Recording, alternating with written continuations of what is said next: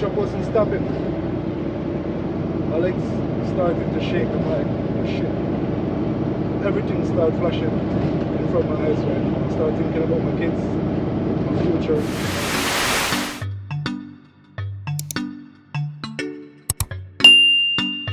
Alright, viewers and subscribers, welcome to another video. So I'll be talking about how to judge the weight that you're hauling with your tractor trailer. Majority of the time, I haul in all containers. My company, we do all dry vans, but it's not a lot. Reefers, it must be a container reefer, not a dry van reefer, so it's mostly containers. So first of all, it's not good to judge the amount of weight you're hauling.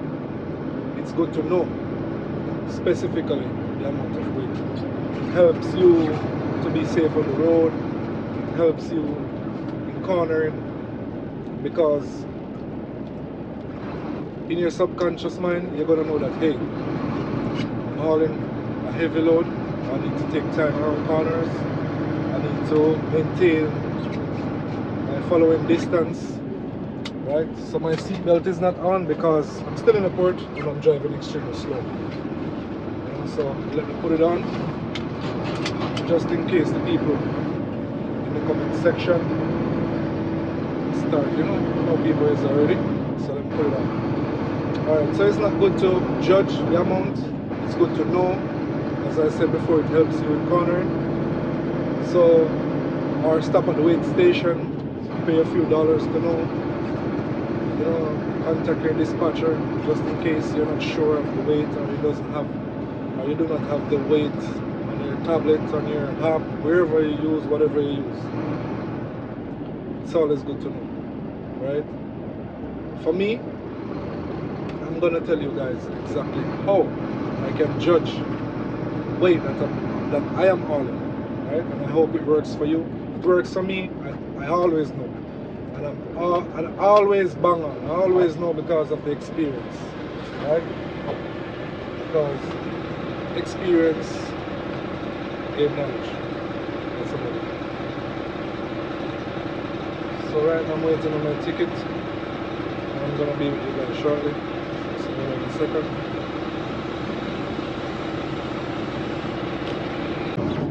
Alright guys, so I'm back right now, and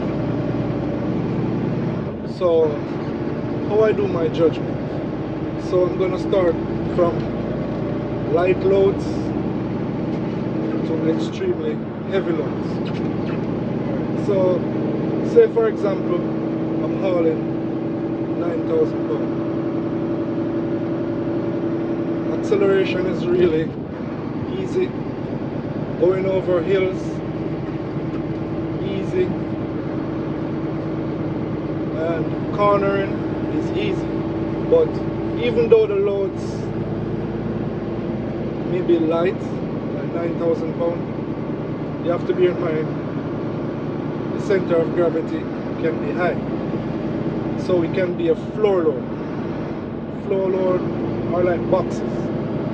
So it can be high. You have to bear in mind that driving at normal speed, say the miles per hour for that location is 65, and you decide that you're going to go around the corner 60 miles per hour, you have to bear in mind that because it's light, the center of gravity can be high, it still can tip over, so you have to bear in mind that also. Okay, so move up to 24,000 pounds. 24,000 pounds, 24,000, 27,000 pounds, I like. That's my favorite load to haul, because cornering is smooth. Cornering is the best. 20 to 24,000, 27,000 pounds pallets, low center of gravity. That means the load in the back is low. So cornering at normal road speed, you know, it's easy, extremely easy. Like the truck is smooth. Acceleration is not so perfect, but it's smooth for driving. It makes you comfortable driving, especially you're hauling loads long distance, you know, it's less concentration. You have to concentrate, but it's not so hard on the brain because you know you have to be concentrating hard on your stopping distance if you're out on the roads, and you know the truck is taking long or forever to accelerate over steep slopes. You know, going down steep slopes, you gotta, you know, the engine brake or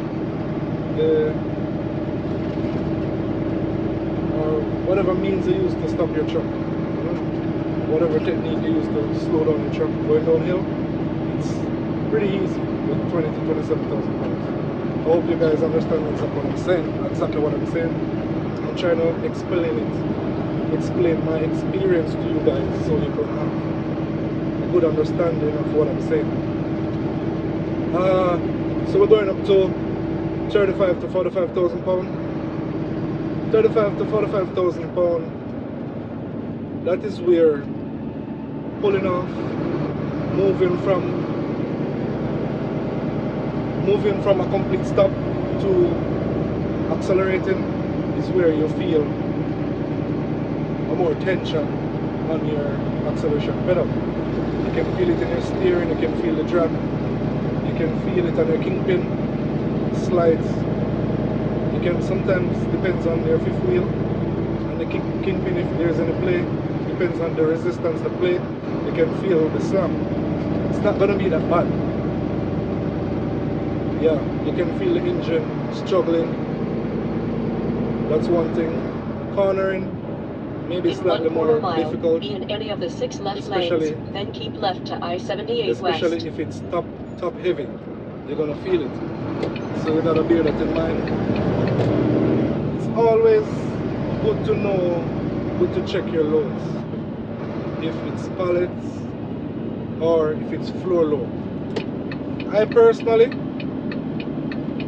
I am afraid of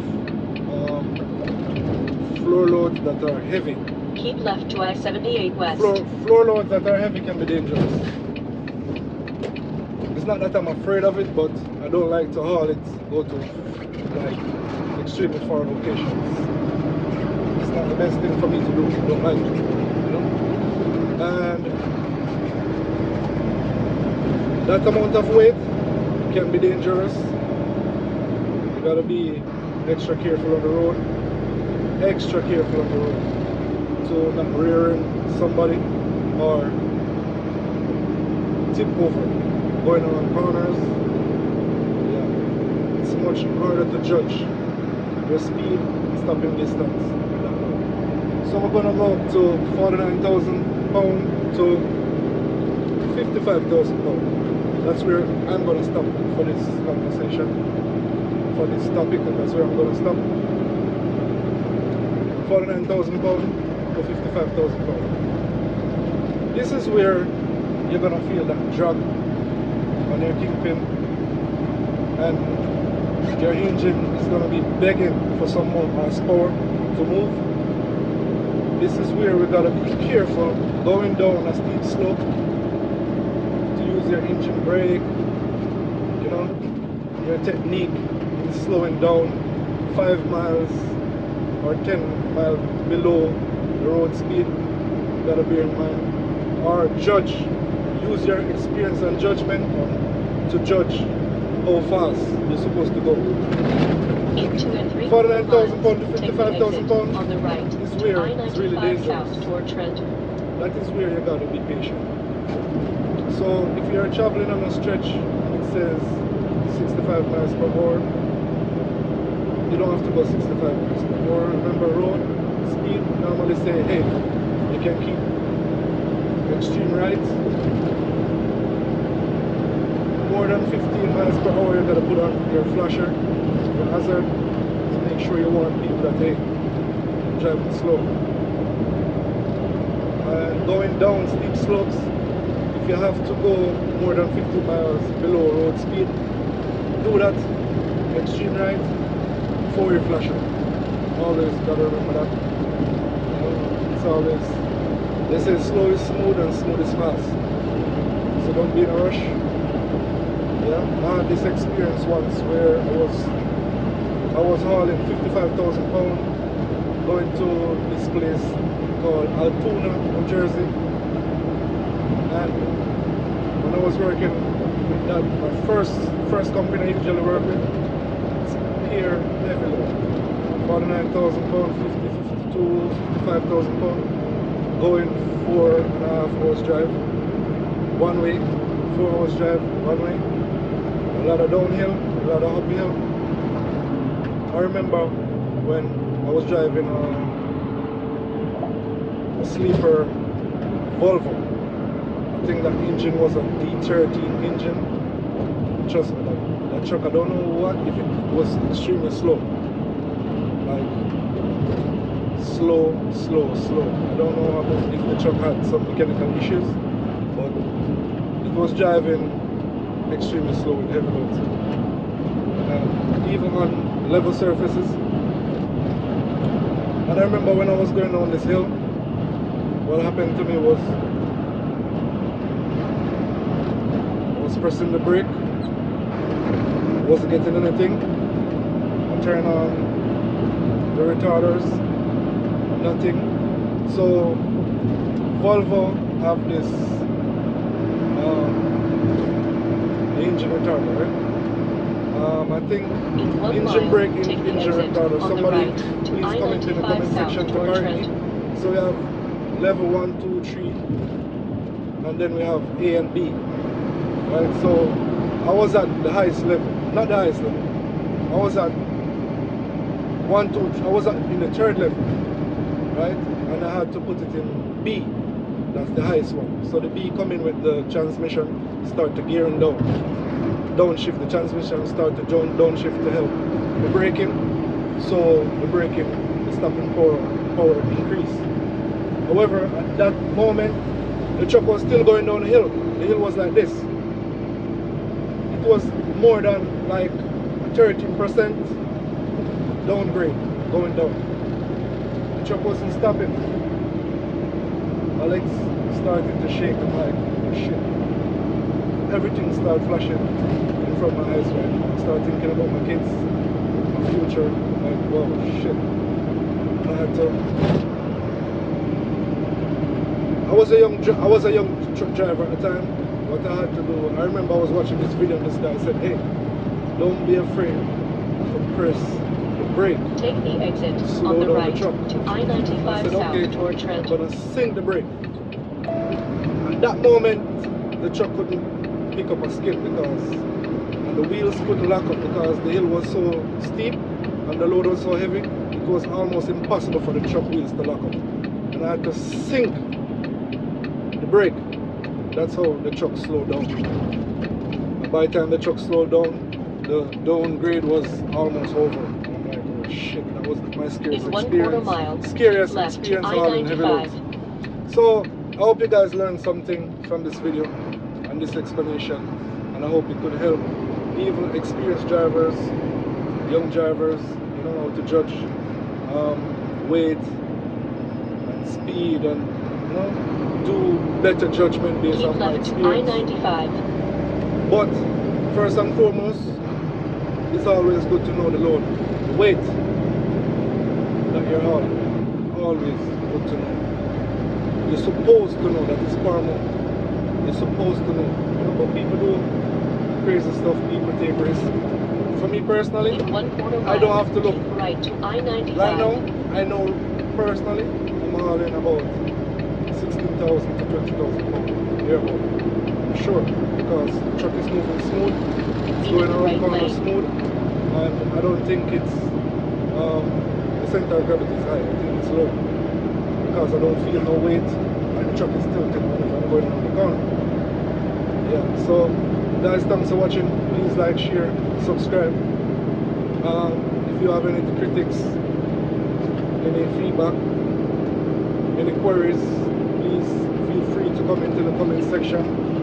Right, I'm open for anybody, any critics, any good comments, whatever the case may be. Right? Thanks for watching, guys.